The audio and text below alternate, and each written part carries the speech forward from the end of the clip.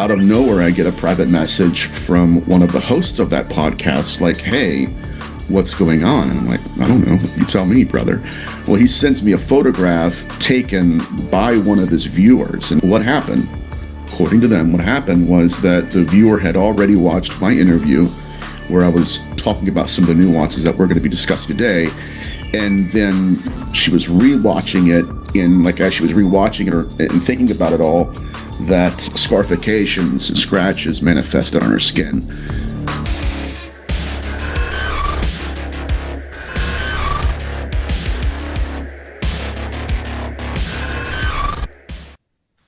Welcome. I am here with one of the podcast's favorite guests, Nathaniel Gillis. How you doing, man? Doing good, brother. It's always good to be on with you and glad to be back. Yeah, this almost didn't happen. So, Why? Well, I'm in a season now of doing even darker research than I usually do. And as it has always happened in my career, where you get to a certain level in the work and the phenomenon notices you, it kind of makes eye contact. I mentioned that in times past. So I was doing this research that I'll be talking about today, and I was talking about it on another podcast. And so you've seen the photograph, brother, where out of nowhere, I get a private message from one of the hosts of that podcast, like, hey, what's going on? And I'm like, I don't know. You tell me, brother. Well, he sends me a photograph taken by one of his viewers. And what happened? According to them, what happened was that the viewer had already watched my interview where I was talking about some of the nuances that we're going to be discussing today. And then she was rewatching it as she was rewatching it and thinking about it all, that scarifications and scratches manifested on her skin. She freaked out, got a hold of the host. The host was like, hey, listen, what do you think's going on here? Reached out to me. And it brought back to my memory other times when I've done this dark research and other hosts of shows, or even people like I told you before that wanted me to be on their show, was like, okay, Nathaniel, why don't you come on tomorrow? And then all of a sudden they started having paranormal activity in their houses. It kind of pushed me into a space where I'm like, do I really want to release this data, or do I want to hold back on it? Because, Sean, we're friends and I value your viewers and don't want anything weird to happen to them. So that's why I texted you yesterday, was like, maybe we should hold off on the show, and hopefully the phenomenon will kind of, dim and just go down a little bit. That way we don't have to deal with it. But thankfully, you texted me, I think it was last night, that you wanted to go through with it, and I agreed. And you had a revelation, a synchronicity. So I'd love to hear more about that.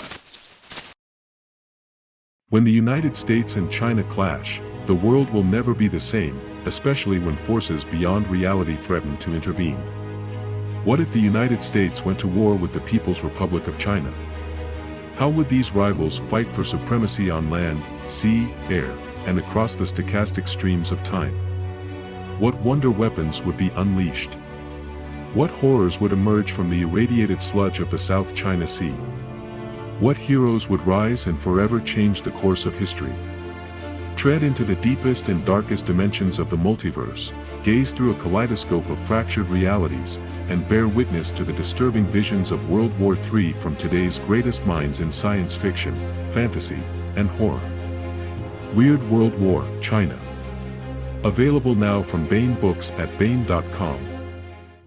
Yeah, I wouldn't call it a revelation. I would just say it's just a very powerful synchronicity. So I'm going to try to be very quick on this because people are here to hear what you have to say, but people can say it's crazy, whatever, and it might be. It's just some weird, just very weird synchronicity. So I'm going to try to do this very quickly. All right. So about 3 days ago, my son just randomly says this name, to my wife. He's like, Balthazar? We're like, what? Right? So I looked it up. It's one of the three magi, right? The one carrying myrrh. So then just kind of stopped all further inquiry because it didn't make any sense, right? About 3 days later, I get an email from my son's high school. It's like a fundraising email. And there's a picture on it. It looks like this place called Mobius Arch in Lone Pine, California. It's not. It actually, after verifying with ChatGPT, it was actually arch rock at Joshua Tree National Park. But it looks, very similar, but I verified through ChatGPT, so it's not the same thing. But anyway, just reminds me of it. So last night I decide to sit down and watch this movie by David Lynch called The Lost Highway. And it's kind of a crazy movie. There's a woman in it, Patricia Arquette is the actress. She appears as a blonde and as like a brunette. And the narrative is very nonlinear and looping. It's like a giant Mobius strip, which is how it's defined. So again, kind of weird. I'm reminded of this Mobius arch or whatever. Then there's one scene toward the end of the movie where there's police officers investigating a crime. They call this kind of neo-noir. And they say something to the effect of there's no such thing as a bad coincidence, okay? And it cuts to another scene. It shows like this kind of dead body in the desert and zooms all the way out and shows these hills in the background. To most people who did not spend 4 years in the desert like I did, they wouldn't recognize any landmarks because it all looks the same.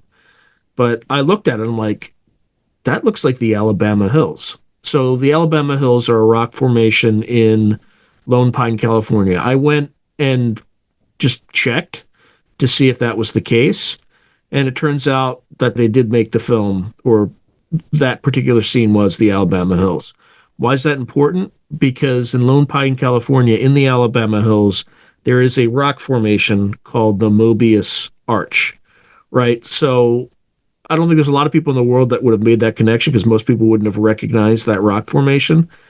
But to me, in the morning with the kind of the reminder of the Mobius Arch, the whole narrative structure, like David Lynch did that on purpose. There's no doubt about it. Because in that, rock formation kind of in the valley is this Mobius Arch, which kind of folds in on itself, which was super weird. Also in the movie, there are several numbers that they show. The guy's prison number is 47516. This is minor. I wouldn't even put this as synchronicity, but growing up, my phone number began with 475, not the area code, but the phone number. So 475. If you reduce those numbers, you get down to, through numerology, you get to 23. Okay. So people, most people might not be aware of the enigma of 23, but there's this whole thing around 23. Last night after I had texted Nathaniel, I had a kind of incomprehensible dream, but I was trying to turn in some sort of paper, but the lettering was kind of looping, right, rather than going straight. So, some symbology around there.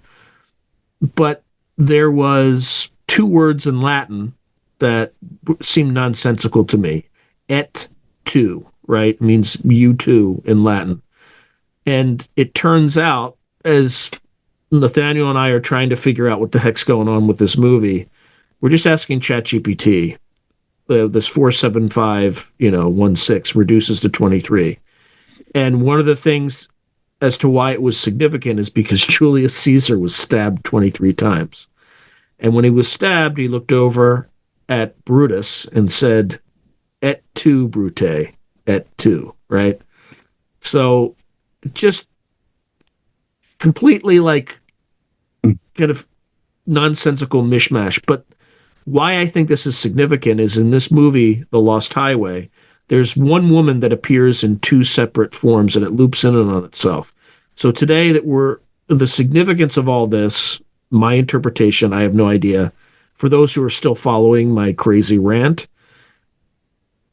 what I think it means is that I'm meant to talk to Nathaniel. We're revisiting the Collins Elite story because, you'll notice that we have an earlier episode done maybe a year or more ago, and there's been some changes, but it's like reality looping in on itself. So we're meant to do this. We're meant to update it, and we'll just kind of see how it goes. There's other minor parts, but I think I've kind of covered all the strangeness that I possibly could, right? Oh, the last piece, the Balthazar comment, right? 3 days ago, my son, random thing. So one of the actors in that movie, one of the leads is Balthazar Getty. So Interesting. And it's the same Getty family that you think it is, right? So the Getty oil fortune and all that, Getty Museum, all that stuff. Not sure if there's any significance there, but just additional color. All right.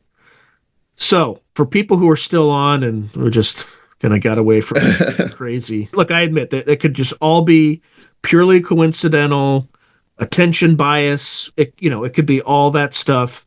I just thought it was strange. So with that, any comments on that before we get into the stuff that people actually want to watch?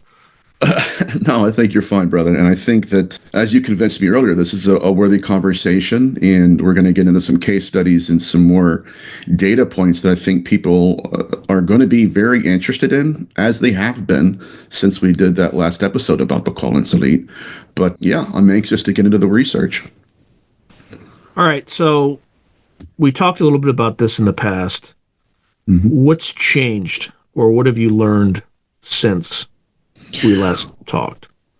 Well, number one, the conversation between ufology and demonology is still occurring. Like, there isn't a finality to it.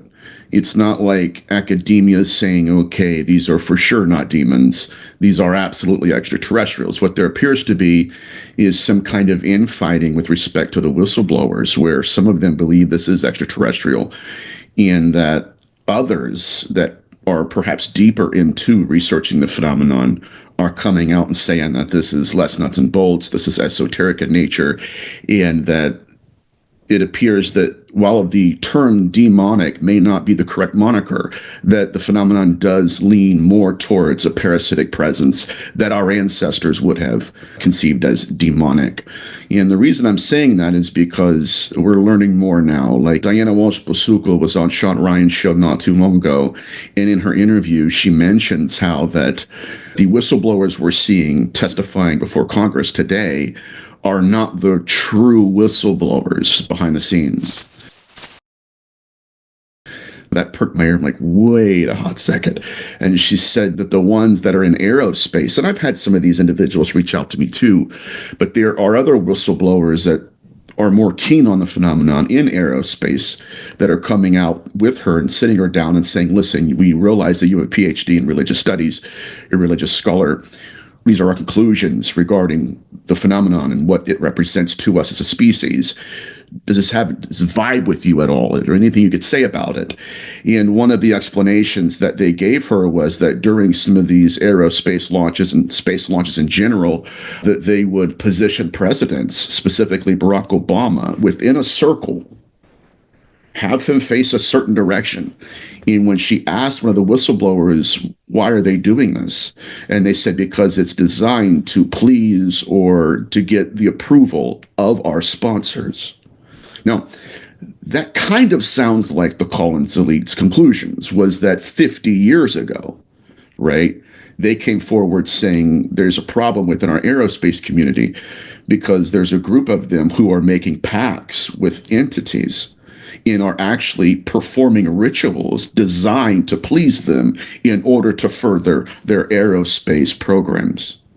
So my point here for everybody that is familiar with the Collins Elite, we only know what they were doing 50 years ago. We're 50 years removed from their conclusions, and it seems that in the midst of all the infighting within the UFO community, there does seem to be researchers underneath the surface of it all that are briefing members of our federal government. And their conclusions align more with the Collins Elite, and that is that these are not extraterrestrials. Even the biologics that we're recovering seem to be entities, avatars that to which their consciousness would possess. And one of the Collins Elite's conclusions, which we'll get into Richard Banderick and Jake Barber and all them in a second, was that there was something piloting their pilots. And whatever that is the proto-intelligence itself.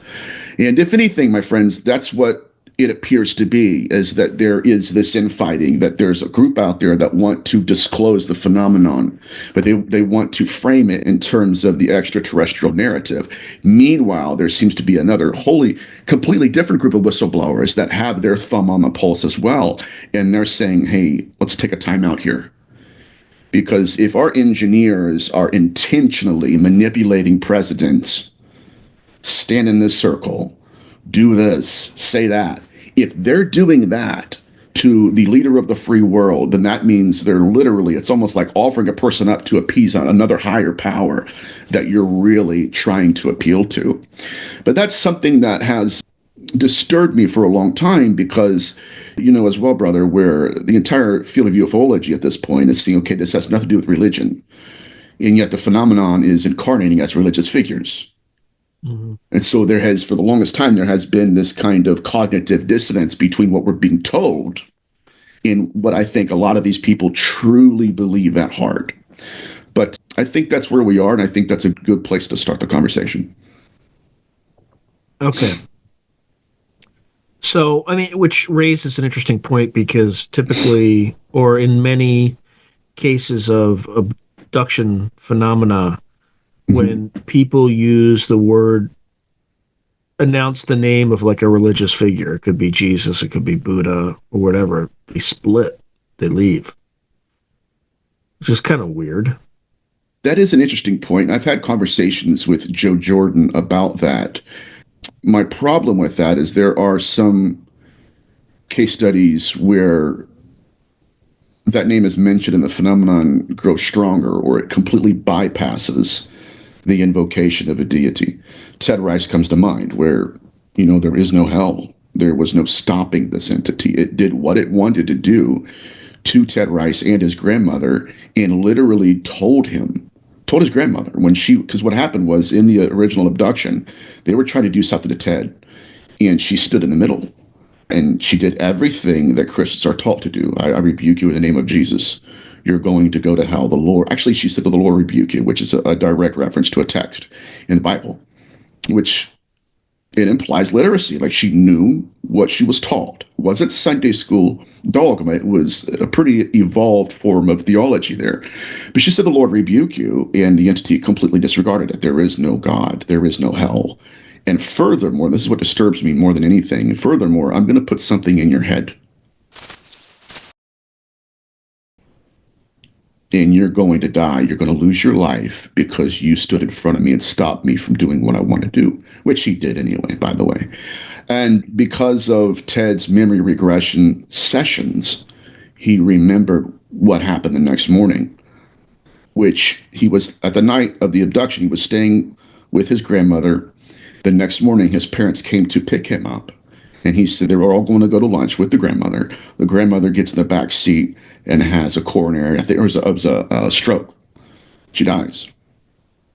And so what a lot of these researchers have to deal with is the fact that, sure, we can kind of pass off some of this as lies and fallacy. But when you have an entity that, number one, did not fear the name, completely bypassed the call of the deity, and intentionally looked at the woman trying to protect a child and said, I'm going to put something in your head, you're going to die. And she actually does it. That's when some of these researchers have a hard time. And I've been told this, like literally, personally, where that's just a lie. That didn't really happen. And I think that's a flawed form of logic because if I don't like something, I could just, yeah, it's a lie. Right? And of course, that's a lie. I don't believe you. Why? Because it doesn't fit into my blueprint of the phenomenon. And so as a researcher for the last decade, I kept coming against these cases, right? And not just because you were calling on the name of Jesus or anything, but like there were certain cases that would stretch me out of my dogma that I grew up in. And so I had to make a line of distinction. Am I going to grow into the data? Or am I just going to stay in the dogma? And it was at that point that I started seeing that these, I call them emerging archetypes, manifest throughout all of the phenomenon. And that's when I realized that it does appear that we are being manipulated by a proto-intelligence. And to kind of segue, it's not just me, it's not just Nathaniel Gillis that's saying that. You know, Richard Banderick is another whistleblower that recently came forward, and I may have mentioned this on your show, where he's talking about, again, 40 years ago. I mean, we're talking decades removed from what they may be doing now. Both are practitioners in the government and the phenomenon itself.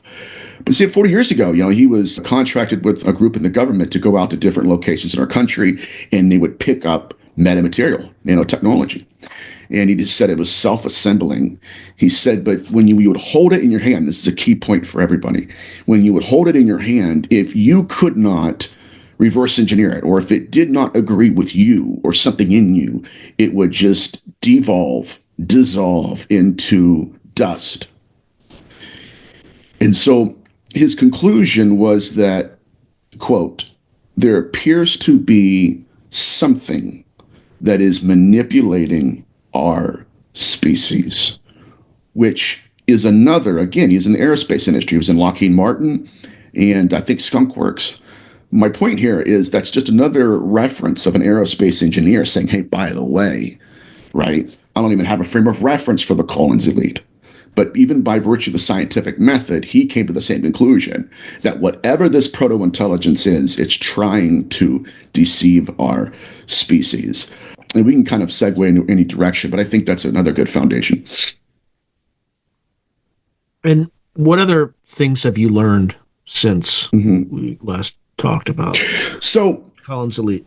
Yeah, so with their research, and one of the ways the phenomenon manipulates people is by placing them into involuntary initiations, where the archetype it incarnates as will manipulate their human behavior, and they'll think they're agreeing to a contract or something with dear Edna, or Jesus, or dare I say, a Marian apparition, and then by the time they consent to it, and this is some of my newest research where the phenomenon will literally employ a ritual. And that's puzzling. Like, it's not a figment of our imagination. It's something right out of Mesopotamia, where an archetype, like specifically with Chris Bledsoe, he's been courted by a Marian apparition or Hathor and even Mother Mary. And what I'm noticing is that there seems to be a disingenuous nature about the archetype, because it's not just it's manifesting to these experiencers, it's literally like helping them reinterpret it or help them interpret the experience itself. And so what I'm realizing is it's just like with the Council of Nine, where one person channels them, but it kind of disagrees with what another person channeled from them, where the archetype's the same, but the teachings are different. And they contradict each other, so much so where they can't all be the same thing because they're not saying the same things. It's just the archetype that they share. Even with Chris Bledsoe and the Marian apparition coming back, and he's now telling people that this is the Mother Mary and the Holy Spirit. That's not even theologically accurate. Like, anybody knows in the Trinity, right? She's not even in the Trinity, first of all. And second of all, the Mother Mary is not even in Catholicism. It is not even the Holy Spirit. Matter of fact, in biblical antiquity, again, now we're testing the spirits here. In biblical antiquity, the text explicitly tells us that the Holy Spirit hovered over Mother Mary. She didn't hover over herself. So my point here is that what I'm witnessing in real time is that these are just archetypes designed to manipulate, in hoping that the individual themselves, they don't have the ability to see through it. If they are the same individuals, then we have a problem, because in life they taught the exact opposite things. So this just appears to be a learning matrix employed by the phenomenon, and that learning matrix helps design the archetype it incarnates as. You have to believe me. Why? Because I'm a Marian apparition. But how can you be a Thor? Was Mother Mary also a Thor? No. I mean, you see, I'm not trying to be verbose here, my friend, but it's quite literally laughable. It's like, there's no way. And it's just, again, another learning matrix employed to construct the archetype enough to lead them into a series of initiations, which at the end of his experience, he's on the ground. He fell back. I just watched one of his interviews the other day. He falls back and a bull comes over and jumps over top of him. That is initiation. That is an Eastern Mediterranean initiation where the individual, once he pledges allegiance to a deity, the deity uses the bull to... It's fascinating stuff. My point here, guys, is it does seem to be that the archetypes it's using, number one, it's looking for consent. Once it gets consent, it will look for obedience. And once it has obedience, then it initiates. That's a problem for me because, again, I think that the Collins elite had a more correct model. Not that they're horns and hooves. which we'll get into, I think that we're dealing with some kind of disembodied practitioner or species of them. But with respect to the archetypes manipulating us, absolutely. And it does appear that they are initiating people, even involuntarily, initiating them into some kind of mystery school on the other side of the veil. Now, you mentioned similarity to Mesopotamian rituals. The reason I'm talking about this is our mutual friends, Steve Mira and Barry Fitzgerald, when they started delving into like Sumerian demonology, Akkadian demonology, they started getting reactions from the phenomena, like really Dark aggressive stuff, right? responses. What's your view of that? Like, why? Because I think that is more towards the source of the phenomenon. Again, I have to kind of clarify that because people will take that and run with it, and Nathaniel's saying they're demons. No. Again, the demonic moniker doesn't fit. Demons don't carve their own sigils into people. That's just not how the occult works. It never has, never will. Again, it seems to be like, what we're dealing with is that people are being taken, and during these initiations, that sigils are carved into them. And it's not just initiation to a mystery school. It's almost like they are involuntarily a part of ritual magic or rituals being done. And what we're being lied to about, and I'll get to your question here in a second, is that because it's done to us, it's done for us. I don't believe that's the case at all. But to answer your question more pointed, yes. And I've had conversations about what happened to them in person. In the same night, Steve was visited by entities. And I won't go into it because it's his story, but the ontological shock was present for a man. I mean, you're talking about a guy who's studying parapsychology for the last 30 years. He's wrote episodes of the X-Files. Like, he is one of the goats, if not the goat of the field. I mean, he's incredible. And the same night, I also talked to Jackie, his girlfriend, when I was in England about this. The same night the phenomenon manifested to him, it manifested to Barry Fitzgerald. The next morning, Barry's calling Steve, brother, what do we got going on? So, yes, the phenomenon will fight to protect. Okay, and why is it protecting? I think it's because we're starting to corner it in ways it's uncomfortable about. But yeah, so even one of them told me, and I'll kind of take this and segue, because we're trying to understand what kind of species they are, and the only way we can do that is like through psychology, because nothing else makes sense. But one of them told me that when they were filming for Unsolved Mysteries, that they were in the woods. And this is a part of the conversation where me, Barry, and Steve are kind of like, okay, like, what do you think it is? Like, what are we dealing with, right? We have all the archetypes, but at the root of it, what is it? And they were about to pack up filming and pack up all their equipment, stop it, and leave. And it's cold outside. It's at nighttime. And they're in front of this tree that's twisted. It's moving. It's really weird. And he said, we were just about to leave when this wind began to blow. And he said, one of the people that we're working with said, they're here. It's here. I can feel them. They're here. And so they're like, okay, what's going to happen now? And all of a sudden, from the darkness, multiple voices came to them and said, bow down before us. Bow down and worship. Bow down before us. And yes, and then it was, come with us. And he said, we were all freaking out. We're out of here. And so we're still trying to quantify what they are, but the more correct model I have are a species of practitioner that instead of dying, they dispossessed their own bodies and possessed another avatar in order to facilitate their disability of being, but even more than that, to further their research into their practice at their mystery school. And since then, they've evolved. I mean, if we're looking at what they've been doing, the Collins elite did not have a correct model. They knew that. As a matter of fact, I mean, I'm kind of getting weary of people. I mean, there's a science fiction writer out there that said that these physicists from the Department of Defense were not very sophisticated people. Said that. They're simple folk. Yeah, with PhDs in physics. No, what it sounds like, again, is that the conclusions of the Collins elite was, number one, that these beings exist in the afterlife. Well, guess what? There's other whistleblowers coming out and saying that, but people aren't listening. That one entity told, I forget which one, yeah, that I exist in the afterlife. Okay, that's another box from the Collins elite. Number two, that they had the ability to extract the soul to literally trigger by location. We've seen that as well.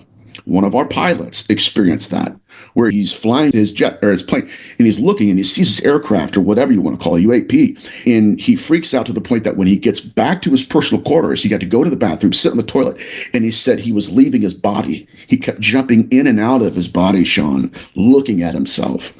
So we're looking at all like the phenomenology behind the Collins elite, and I think that there are 3 data points worth noting. Number one, I don't believe that they could quantify the phenomenon at all. The demonic moniker didn't work. And at the end of their research, that's what they realized was these are more like practitioners of another sort, that they have abilities that defy logic, defy physics. They defy anything that we would consider to be reality.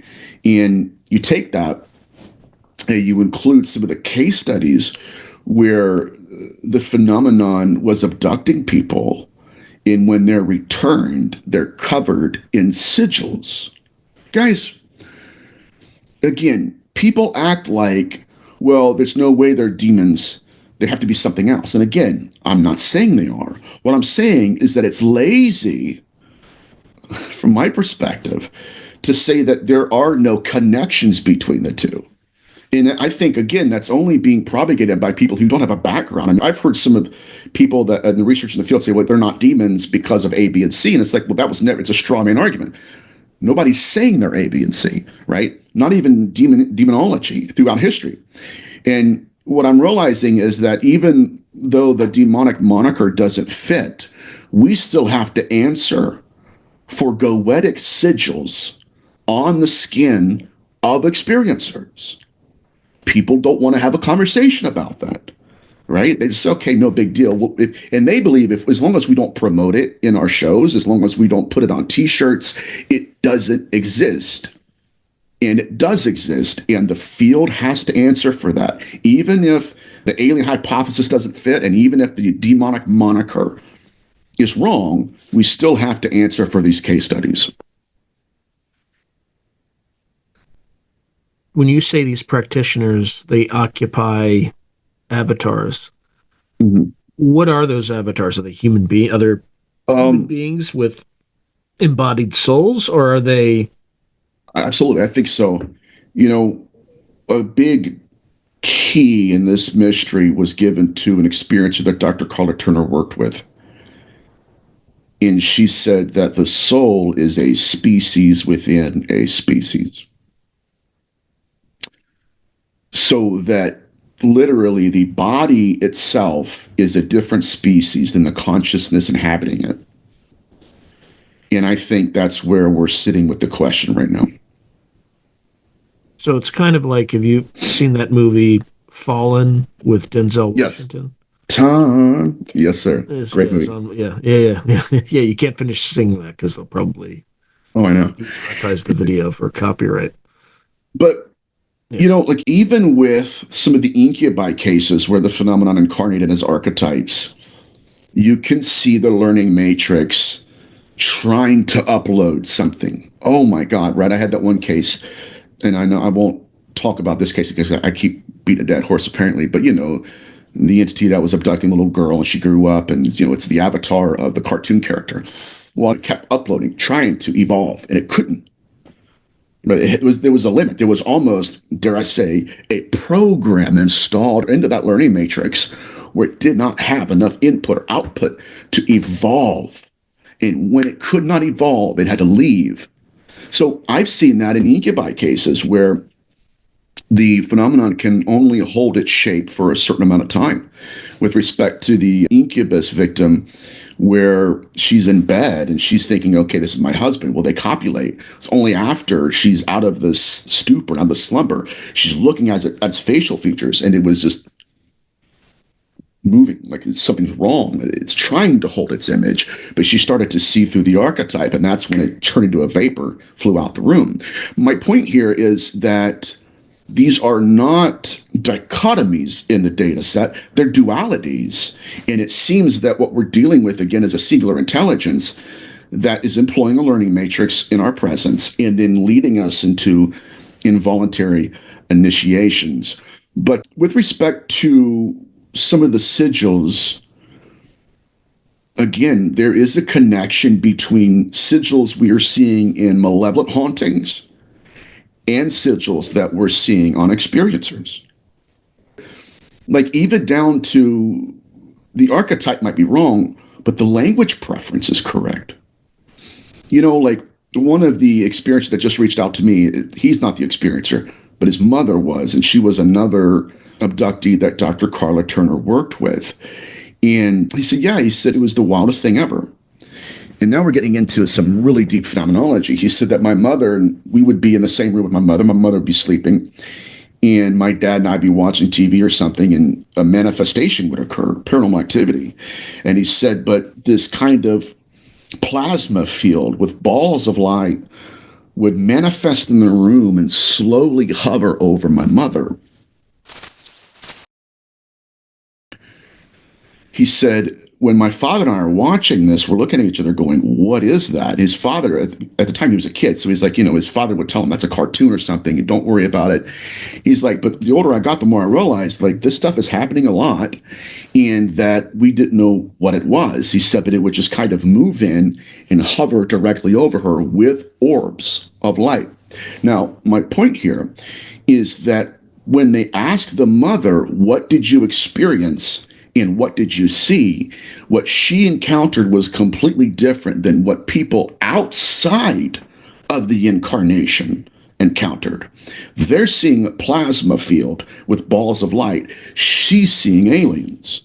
Oh, there we go. So it's fascinating to me. Again, there's an incongruence between what people on the outside of the field are experiencing and with what the experiencer is.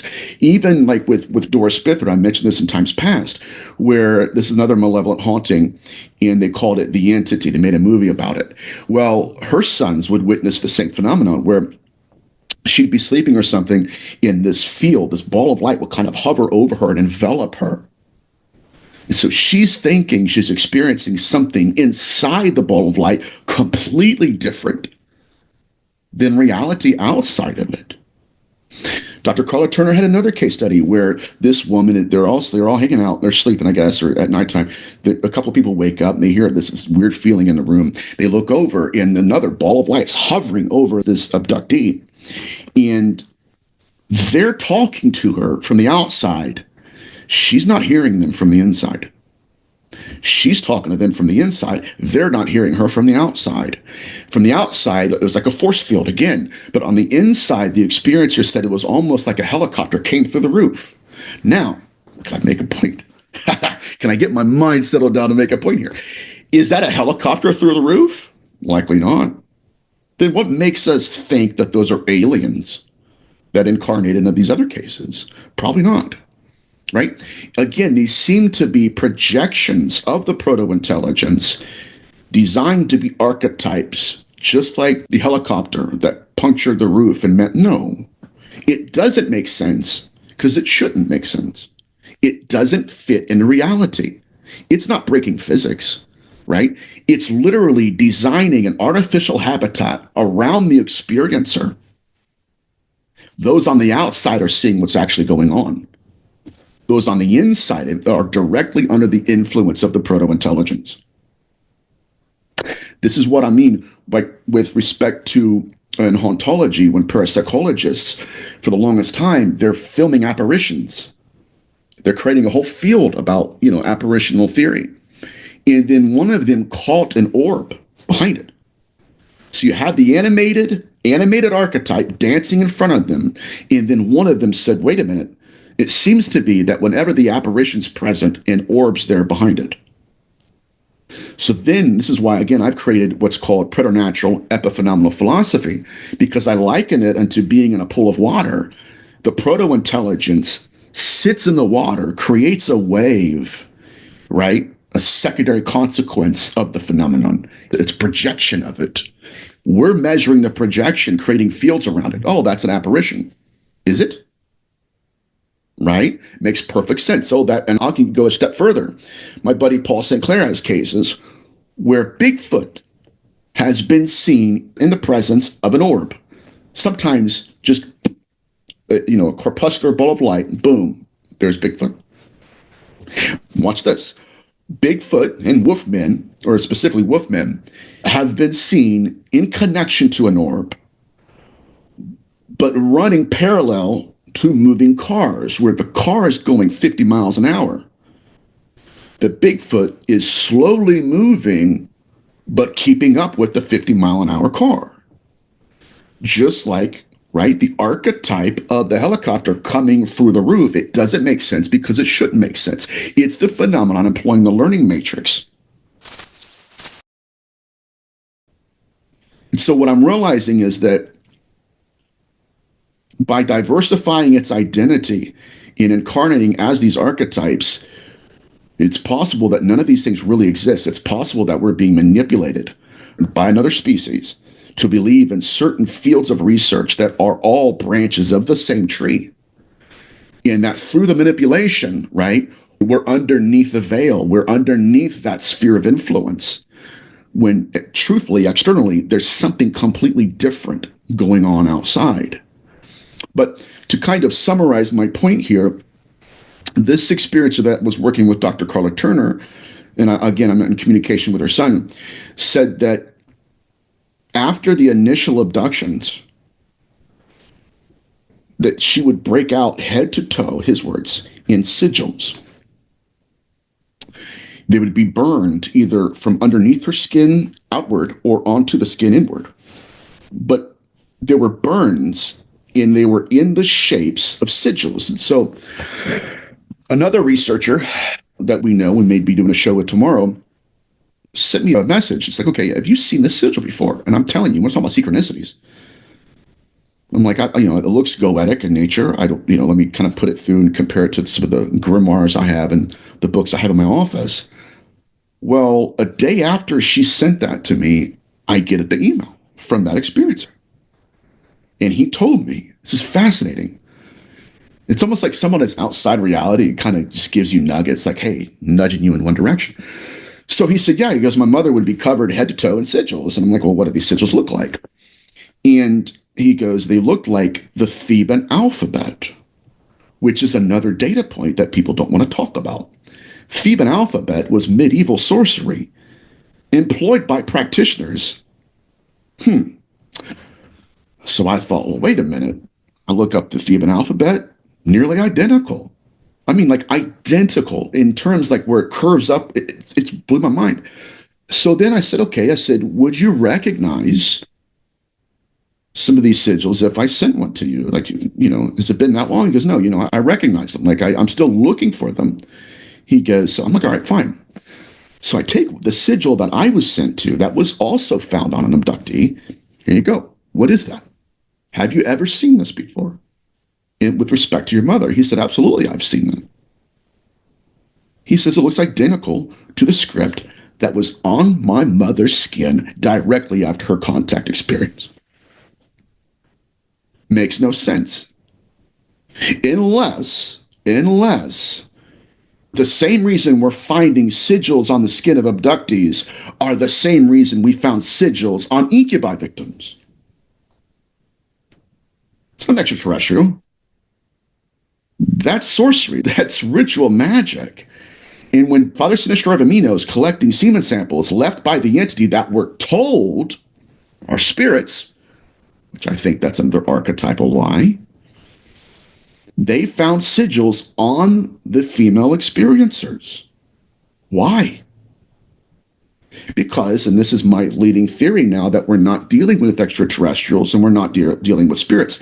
It appears that we're dealing with a species of practitioner who have furthered their own existence and their research, not just into esotericism, but into the scientific method.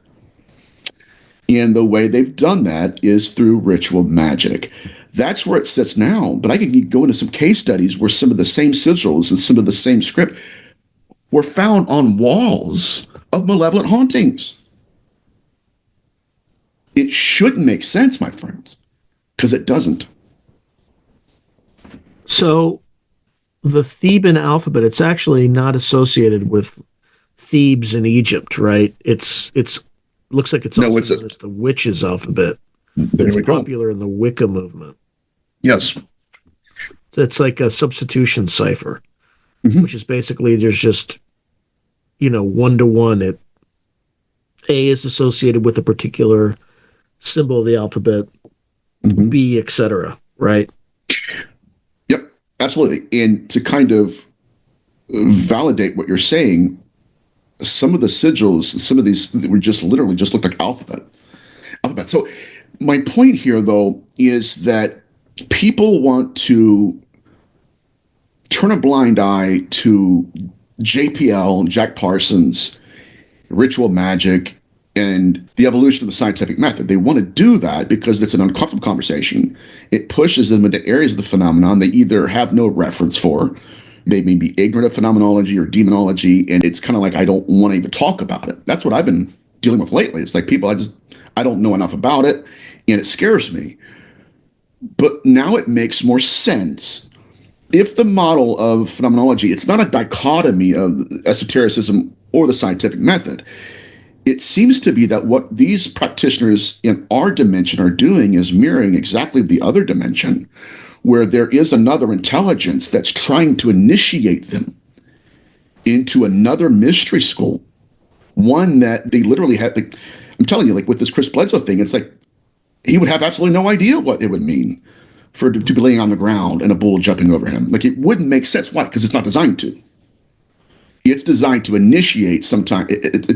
I'm still dealing with it, but it does point to, and according to my model, it does point to formerly human practitioners that I think, and this is crazy, I know, but through the incubi cases in the missing fetus syndrome, it points to a species of necromancer and practitioner that's prolonging their existence and that's trying to mentor other people into the program. And that's my little ramble. Why would it try to be mentoring other people into the program?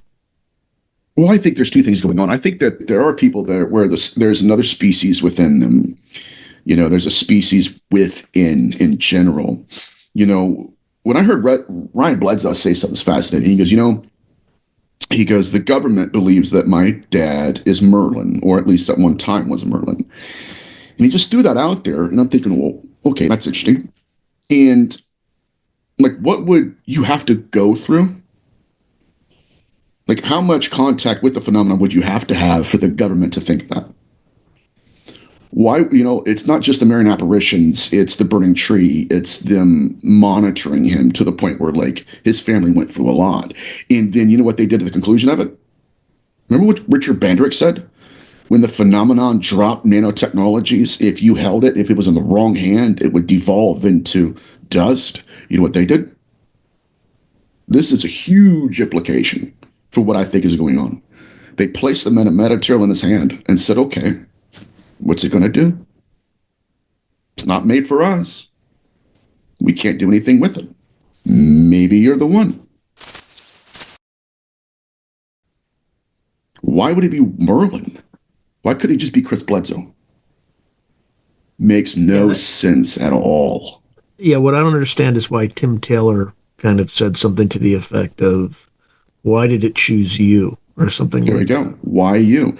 Right. Because, and this is just a suggestion that I have, is it possible that the phenomenon is seeding our species with technology, but it's not for everybody. It's literally not designed for like 90% of us. It only works for another particular species in the earth today. And and this is just where I'm at, it almost sounds like it's a race for time. Are you the one? If so, it'll work with you. If not, we'll have to go find somebody else. So you'd actually have to go through so much with the phenomenon to where they vetted you, right? They're present, right? You have to go to the Vatican. You have to do all of that for this. Boom. Now that we think it's you or that you're okay, what can you do with it? So if it is for everybody, everybody would have that ability, but it's not. And I think that's what Richard Banderick was touching on when he said something's manipulating us. Because this technology seems to be here for us, for everybody, and it's not. It's for whoever the phenomenon wants it to be for. It's tailored to that individual. And it doesn't make any sense unless you do consider the possibility that our government is doing the same thing. They know there's someone here, or they know there's certain practitioners, or there's another species here, and what they're trying to do is find them before the technology gets in their hands first. Look, can you work with us instead of them? That kind of thing. But that's just me theorizing. So back to the Collins elite. Where do you think that they have evolved toward, right? Because again, these stories are 50 years old. Well, I think what we're seeing with respect to aerospace, at least some of these companies, is that, I mean, my God, my friend, when you're putting the most powerful man in the world into a circle, and it's like Sean Ryan said, well, that doesn't, like actually Diana Pasuka, she said, yeah, that's a ritual. I'm a scholar of religion. I know that's a ritual. I know what a ritual is. Without his knowledge, without his permission, stand in this circle, look this way. Why? Because there's a higher power present that's been sponsoring these programs, and we're appealing to their kind, gentle nature. That is literally right out of the Collins elite research.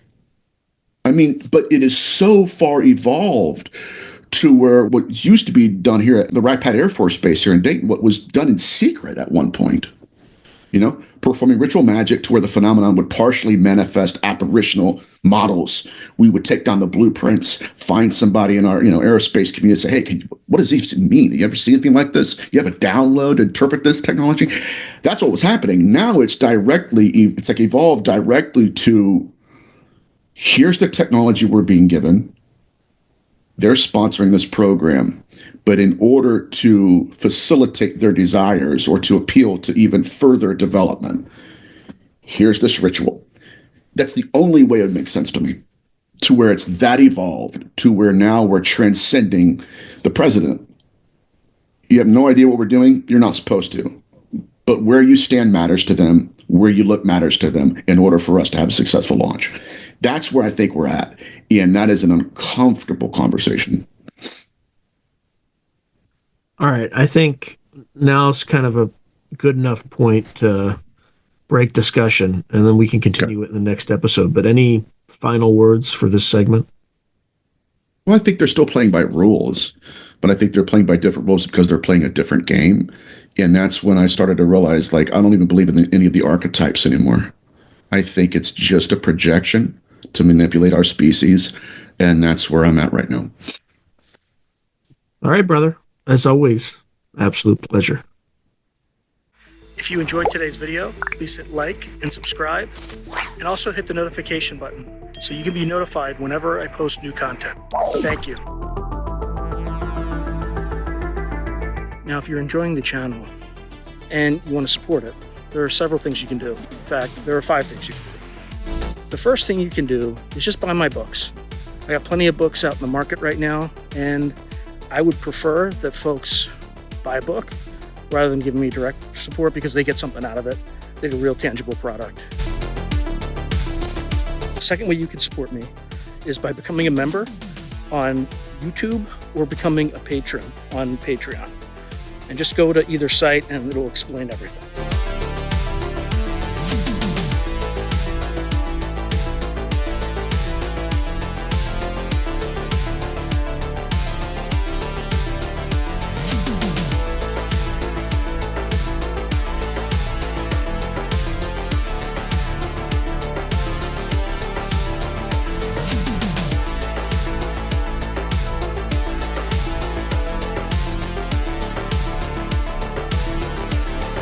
third way you can support the channel is by checking out my merch site, which is here. There's plenty of stuff that you can get to support the channel.